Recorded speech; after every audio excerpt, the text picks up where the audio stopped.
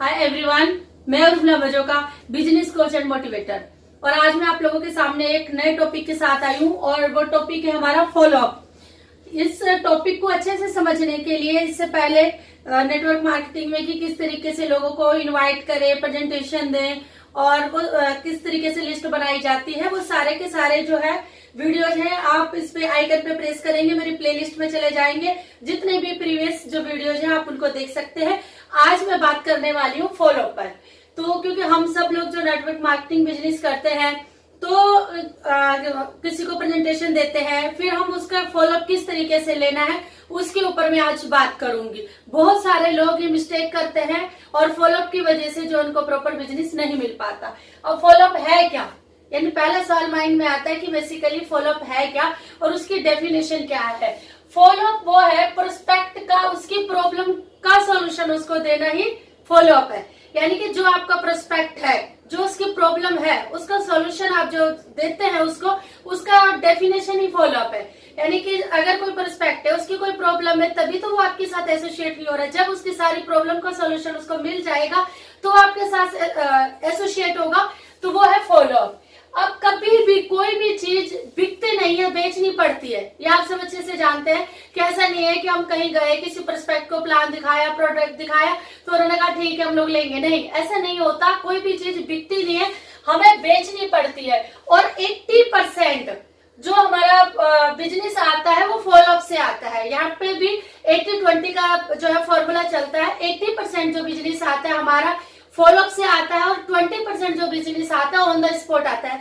यानी कि अगर हम किसी प्रोस्पेक्ट के पास गए, उसको प्रेजेंटेशन दी और उसी दौरान कुछ लोग हैं, 20% लोग हैं जो ऑन द स्पॉट डिसीजन लेते हैं और वो उसी टाइम पे ज्वाइन कर लेते हैं। लेकिन 80% ऐसे होते हैं जिनका हमें बाद में फॉलोअप लेना पड़ता है और फॉलोअप लेने के बाद ही जो कई टाइम बाद हमारे साथ ज्वाइन होते हैं। अब फॉलोअप क्या है? फॉलोअप बेसिकली एक बैकबोन है किस अपना जो नेटवर्क मार्केटिंग के बिजनेस का। जिस तरीके से नेटवर्क मार्केटिंग में जैसे प्रोडक्ट जो किसी भी कंपनी का बैकबोन है, उसी तरीके से हमारे बिजनेस का जो बैकबोन है, रीढ़ की हड्डी जिसको कहते हैं, वो है फॉलोअप। अगर आपको फॉलोअप स्ट्रॉन्ग है तो आपको बहुत बड़ा एंटायर जो है टीम डेवलप होता है। और फॉलोअप करने के लिए एक मैं आपको फॉर्मूला बताती हूँ, 3F फॉर्मूला। यानी कि ये फॉर्मूला आप ध्यान रखिए, वो क्या होता है? Always feel, felt, found. यानी कि जब हमने किसी प्रोस्पेक्ट को प्लान दिखाया, समझाया, उसके बाद अब हम उसका फॉलोअप ले रहे हैं, यानी हमारी कॉल पे उससे बातचीत चल रही है, तो हमने किसी पर्सन को कॉल किया तो वहां से क्या जवाब आता है कि ठीक है आप आए थे, आपने मुझे अपना प्रेजेंटेशन दी, मुझे समझ आया, अच्छा लगा सारी चीजें, बट क्या है कि मैं अभी ना मेरे पास पैसा नहीं है, तो अभी मैं आपके साथ ज्वाइन, मतलब बाद में जब पैसे आएंगे तब आपके साथ ज्वाइन करूंगा। ये कॉमन क्वेश्चन है जो हमें सुनने को मिलता है। तो तब हमने यहाँ से क्या उनको जवाब देना है? बिल्कुल सही कह रहे हैं सर, मेरे साथ भी ऐसा था। क्योंकि जब मुझे किसी ने इस अपॉर्चुनिटी के बारे में बताया था तो मेरे पास भी पैसे नहीं थे, जैसे आज आपके पास नहीं है। लेकिन क्या है कि मैंने कहीं ना कहीं से उसको क्या अरेंज किया, और जिसकी वजह से आज आप देख रहे हैं कि जो भी मेरे एंटायर ऑर्गेनाइजेशन है, जो मेरी टीम है, जो मेरी इनकम है, सारा वो एक मेरे डिसीजन की वजह से हुआ है। तो यानी पहले आपने उसको फील करवाना है कि जैसे आप हैं, आपके पास आज जो भी प्रॉब्लम है मेरे पास भी थी, फिर उस प्रॉब्लम का मैंने सॉल्यूशन ढूंढने की वजह से आज ये सारा कुछ मेरे साथ जो भी हो रहा है। तो सामने वाले के माइंड में एक मैसेज गया कि सेम आप भी उनकी तरह थे और किस तरीके से आपने इस प्रॉब्लम का सॉल्यूशन ढूंढना है। तो ये 3F फॉर्मूला जो है, फील, फेल्ट, फाउंड, इसका आपने हमेशा ध्यान रखना है कि सामने वाले को फील करवाना है, फेल्ट करवाना, और उसकी प्रॉब्लम का सॉल्यूशन आपने उसको फाउंड करके देना है, जैसे आपने किया था। फिर आता है सर्वे। एक सर्वे हुआ है, उसमें ये सर्वे के मुताबिक क्या है कि जो लोग बिजनेस में जल्दी आते हैं, यानी कि कई बार क्या होता है कि हम लोग किसी को प्रेजेंटेशन दिखा रहे होते हैं किसी प्रोस्पेक्ट को, तो वो जल्दी से ज्वाइन कर लेते, मतलब ज्यादा सवाल वगैरह नहीं पूछते, जो हमने बताया तो इमीडिएटली उसको ज्वाइन कर लेते हैं। तो हम लोग खुश भी हो जाते हैं कि ऑन द स्पॉट हमारी क्लोजिंग आ गई। तो लेकिन ऐसे लोग लॉन्ग टर्म तक हमारे बिजनेस में नहीं रहते। लेकिन कुछ लोग ऐसे होते हैं कि जो बहुत देर से आते हैं, यानी कि जिनको बार बार लगातार फॉलोअप करना पड़ता है, उसके बाद वो लोग हमारे बिजनेस में आते हैं। और जब वो आते हैं तो वो ऑलवेज हमारे साथ रहते हैं, यानी कि वो हमारी टीम में बहुत बड़ा ऑर्गेनाइजेशन बिल्ड करते हैं, एक जो हाई रैंक होते हैं उस पर जाते हैं। क्यों? क्योंकि जो देर से आते हैं उनके बहुत सारे डाउट होते हैं, माइंड में बहुत सारे क्वेश्चन होते हैं जिनको हम फॉलोअप के दौरान वो सारा क्लियर करना होता है। फॉर एग्जाम्पल कि जैसे कि एक गिलास पानी का भरा हुआ है, हम ऊपर से कुछ डालेंगे तो उसके अंदर नहीं जाएगा, पहले खाली करना पड़ेगा उसका गिलास, फिर हम जो उसके अंदर डालेंगे वो आ जाएगा। अगर आपके पास कॉपी है, उस पर लिखा हुआ है, तो उसके लिखे हुए के ऊपर आप नहीं लिख सकते जब तक आप उसको इरेज नहीं करेंगे, मिटाएंगे नहीं। तो जब आपने उसको प्लेन कर दिया, वो मिटा दिया, उसके बाद आप कुछ भी लिख सकते हैं। उसी तरीके से उस पर्सन के बहुत सारे डाउट है, तो बहुत सारे क्वेश्चन भी होते हैं, तो उन सबको जब तक वो डाउट उसके क्लियर नहीं होंगे तब तक वो प्रॉपर तरीके से बिजनेस में नहीं आ पाएगा। जब उसके सारे डाउट क्लियर हो जाएंगे, जब वो आपके बिजनेस में एंटर करेगा, आपका एसोसिएट बनेगा, तो एक दिन वो बहुत बड़ा आपका लीडर बनेगा, बहुत बड़ी टीम डेवलप करेगी। इसीलिए सर्वे कहता है कि जो ज्यादा देर से लोग आते हैं वो ऑलवेज आपके साथ रहते हैं। एक सर्वे हुआ है। सबसे अच्छा प्रोस्पेक्ट वही है, जैसे भी मैंने कहा, जिसके डाउट ज्यादा है, जिसके ज्यादा सवाल है। कई बार क्या होता है कि प्रोस्पेक्ट जब हमसे ज्यादा सवाल पूछ रहा होता है, उसको डाउट होता है, तो हमारे दिमाग में आता है क्या यार इतना पका रहा है, इतने सारे सवाल पूछ रहा है, अब पता नहीं ज्वाइन करेगा कि नहीं करेगा, हर सवाल का जवाब चाहिए इसको। लेकिन फ्रेंड्स, अगर कोई ऐसा कर रहा है, कोई आपका प्रोस्पेक्ट आपसे ज्यादा सवाल पूछ रहा है, ज्यादा डाउट है, तो आपके लिए गुड न्यूज है कि वो आपका एक बहुत बड़ा टीम लीडर जो है बनने वाला है। तो इसीलिए जब भी कोई वो सवाल पूछे तो आपने डेफिनेटली उनका आंसर देना है। कुछ और स्टैटिक्स है जो फॉलोअप के लिए इम्पोर्टेंट, वो क्या है कि जो फर्स्ट फॉलोअप हम लोग जब लेते हैं तो उससे 2% बिजनेस आता है हमें फर्स्ट फॉलोअप से। सेकंड फॉलोअप से हमें जो आता है 3% बिजनेस आता है, और थर्ड फॉलोअप से हमें 5% बिजनेस आता है, और जो फोर्थ फॉलोअप से हमें 10% बिजनेस आता है। यानी कि और जो मैक्सिमम 80% जो बिजनेस आता है वो हमें 5th to 12th फॉलोअप से आता है। यानी कि 5 से लेके 12वें फॉलोअप तक हमें मैक्सिमम बिजनेस आता है। लेकिन हम लोग क्या करते हैं, फर्स्ट फॉलोअप किया, सेकंड फॉलोअप किया, मैक्सिमम लोग थर्ड या फोर्थ तक तो जाते ही नहीं, थर्ड फॉलोअप किया, देन उसको क्रॉस लगा देते हैं कि अब ये प्रोस्पेक्ट हमारे काम का नहीं, इतने फॉलोअप कर, इतने इसके सवाल है, इतने इसके डाउट है, तो कैसे ही हमारे साथ ज्वाइन करेगा। तो फिर क्या होता है कि हम लोग नया पर्सन को रिक्रूट करना स्टार्ट कर देते हैं और फिर नया नया नया ढूंढते रहते हैं। अगर आप फॉलोअप कर रहे हैं, कहते हैं कि 80% जो आपका बिजनेस आता है वो बाद के फॉलोअप के बाद आता है। तो इसीलिए किसी भी प्रोस्पेक्ट को आप लीजिए, उसको इतना फॉलोअप कीजिए कि ताकि वो आपके बिजनेस में एंटर हो जाए। बेशक आप कम लोगों को रिक्रूट करें, लेकिन मस्ट है नेटवर्क मार्केटिंग में कि सबसे जो मेन की है वो है फॉलोअप। जितने लोगों की अगर बहुत बड़ी ऑर्गेनाइजेशन है, टीम है, तो वो उनकी फॉलोअप की वजह से। ऐसा नहीं है कि हम ज्यादा प्रोस्पेक्ट को रिक्रूट करें लेकिन उनको फॉलोअप ना करें, तो फिर वो कोई फायदा नहीं है। चाहे बेशक आप कम लोगों को रिक्रूट करें, उनको फॉलोअप करें, वो आपके बिजनेस में ऑलवेज आपके साथ रहेंगे। कुछ चीजें हैं जो हमें नहीं करनी और कुछ चीजें जो करनी है। हमें कभी भी किसी भी अपने प्रोस्पेक्ट से आर्ग्यूमेंट नहीं करना। क्या होता है कि कई बार जैसे वो हम फॉलोअप ले रहे हैं या उस पर्सन के घर में बैठे हैं, तो जब बातचीत चल रही है तो कुछ ना कुछ मतलब ऐसा माहौल हो जाता है, ऐसी बहस टाइप का, कि वो पर्सन सामने से प्रोस्पेक्ट कुछ बोलता है, फिर हम कुछ बोलते हैं, क्योंकि हम तो नेटवर्क कर रहे हैं, हमने तो बहुत कुछ सीखा हुआ है, हमने तो बहुत सारी ट्रेनिंग ले रखी है, हमें पता है कि हमारा प्लान क्या है, प्रोडक्ट क्या है, क्योंकि हमारा तो माइंड में भरा हुआ है। तो हम सोचते हैं कि प्रोस्पेक्ट में कुछ नहीं आता, तो जब वो थोड़ा सा बहस स्टार्ट होती है तो हम अपना स्टार्ट हो जाते हैं। यानी कि हम सोचते हैं कि ये बोल क्या रहा है, यानी कि ये बोल रहा है तो मैं इससे कम थोड़े हूँ, मैं तो नेटवर्कर हूँ, मैं तो ट्रेनर हूँ, मेरे को तो सब कुछ आता है। तो वो क्या है कि उसको बहस में सोचते हैं कि आज तो बस कुछ भी हो जाए, भाई आज तो इस पर्सन से मुझे बहस में जीतना, मैं कम थोड़े हूँ। हाँ फ्रेंड्स, मैं जानती हूँ आप नेटवर्कर है, आप बहुत सारी ट्रेनिंग लेते हैं, आप मोटिवेटर है, सारी चीजें हैं। हो सकता है कि उस टाइम पे आप उस पर्सपेक्ट से बेस में जीत जाएंगे, कोई वो नहीं है। लेकिन फ्रेंड्स, आप अपने हाथ से अपने ही प्रोस्पेक्ट को किल कर देंगे, क्योंकि जब आप इस तरीके से करेंगे तो वो प्रोस्पेक्ट को आप हमेशा हमेशा के लिए खो देंगे। तो ऐसा कभी भी नहीं करना कि आर्गुमेंट नहीं करना। अगर आपका प्रोस्पेक्ट कुछ भी बात बोल रहा है तो आपने उसको सहमति देनी है कि हाँ भाई आप सही कह रहे हैं, यानी सुनना है उसको अच्छे तरीके से, बहस नहीं करनी। हाँ, अगर आपने कुछ जवाब भी देना तो एक हेल्दी टॉक के फॉर्म में देना, कुछ बहस नहीं करनी आपने उससे, और उसकी बात से सहमत होना है।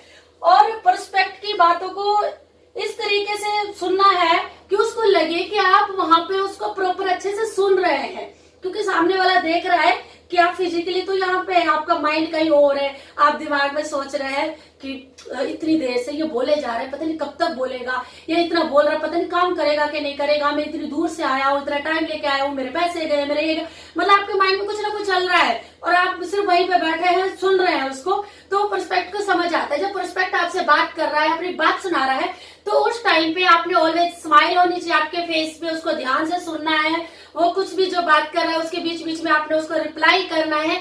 यानी कि आपने उस प्रोस्पेक्ट को इस तरीके से दिखाना है कि इस रूम में आप उसके जहां बैठे उसके पास मेंटली और फिजिकली दोनों रूप से आप वहीं पर मौजूद है। तो ये आपने प्रोस्पेक्ट को एक कंफर्ट देना है, तभी तो वो आपसे अपनी सारी बातें शेयर कर पाएगा। इस चीज का फ्रेंड्स हमेशा ध्यान रखना है। और स्टे एक्साइटेड, हमेशा एक्साइटेड रहना है। एक्साइटमेंट जिस तरीके से आपने किसी प्रोस्पेक्ट से बात की, फिर आप उसके पास गए या फिर आप उस प्रोस्पेक्ट से होके आ गए, फिर आप फॉलोअप ले रहे हैं, कॉल में है, तब भी आपको एक्साइटेड रहना है। यानी कि आपने फुल एक्साइटमेंट से, पूरी एनर्जी के साथ, पूरी स्माइल के साथ, अगर आप फोन पे भी बात कर रहे हैं तो वो एक्साइटमेंट यहाँ फोन से उसके पास उसको फील होना चाहिए कि आप एक्साइटेड है। ऐसा नहीं है कि आप उससे बात कर रहे हैं, आप उसका फॉलोअप ले रहे हैं तो बस सिर्फ फॉर्मेलिटी के लिए नहीं, आपके फेस पे स्माइल होनी चाहिए, आप एक्साइटेड हो और आपकी एनर्जी उस तक पहुंचनी चाहिए। कुछ फॉलोअप के लिए कुछ और भी महत्वपूर्ण चीजें हैं। वो क्या है कि आप जब भी कभी भी जाए अपने प्रोस्पेक्ट के यहाँ सेकंड फॉलोअप के लिए, तो हमेशा आपके जो अपलाइन है या डाउनलाइन है उनको साथ लेके जाना है। और अपलाइन को आपने वहां पे आइडेंटिफाई करना है कि आपने उनको बताना है कि जिस पर्सन को मैं लेके आ रहा हूँ वो मेरे अपलाइन है, उनकी इतनी बड़ी टीम है, वो लीडर है, उनकी सारी चीजें आपने आइडेंटिफाई करनी है अपने अपलाइन के लिए। क्योंकि जब आप ये सारी चीजें करेंगे तो सामने वाला उनको वैसे ही रिस्पेक्ट देगा और उनको सुनेगा।